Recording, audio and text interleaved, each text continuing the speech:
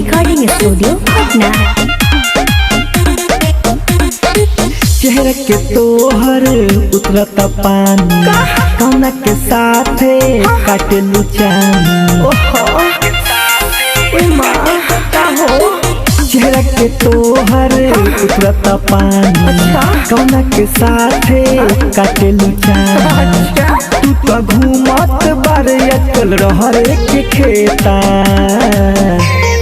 सुनो सिंह जी के बेटा 3 दिन से लेता है। सुनबो बदला में दर्द खाली हमरा के देता है।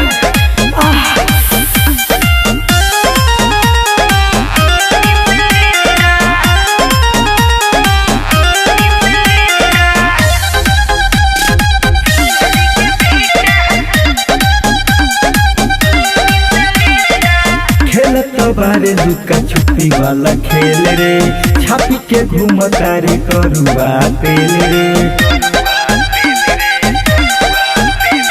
बड़ा का भारी बाटे है हर बुझले बा हमरा के अपन में हर। हमरा लागत बा तोर बड़का चहेता। सुनो अहिरा के बेटा 3 दिन से लेता है। सुनबो बदला में दर्द खाली हमरा के देता।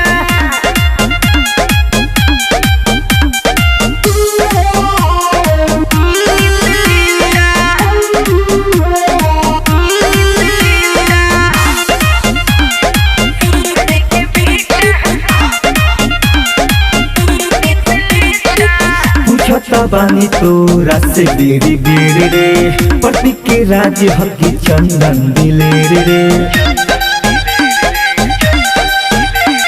कहियो ना ओकरा से बानी हम बाजल विकास बिहारी नाम के बाटे गोया। चढ़ावे फॉर्च्यूनर कबो गाड़ी करेता।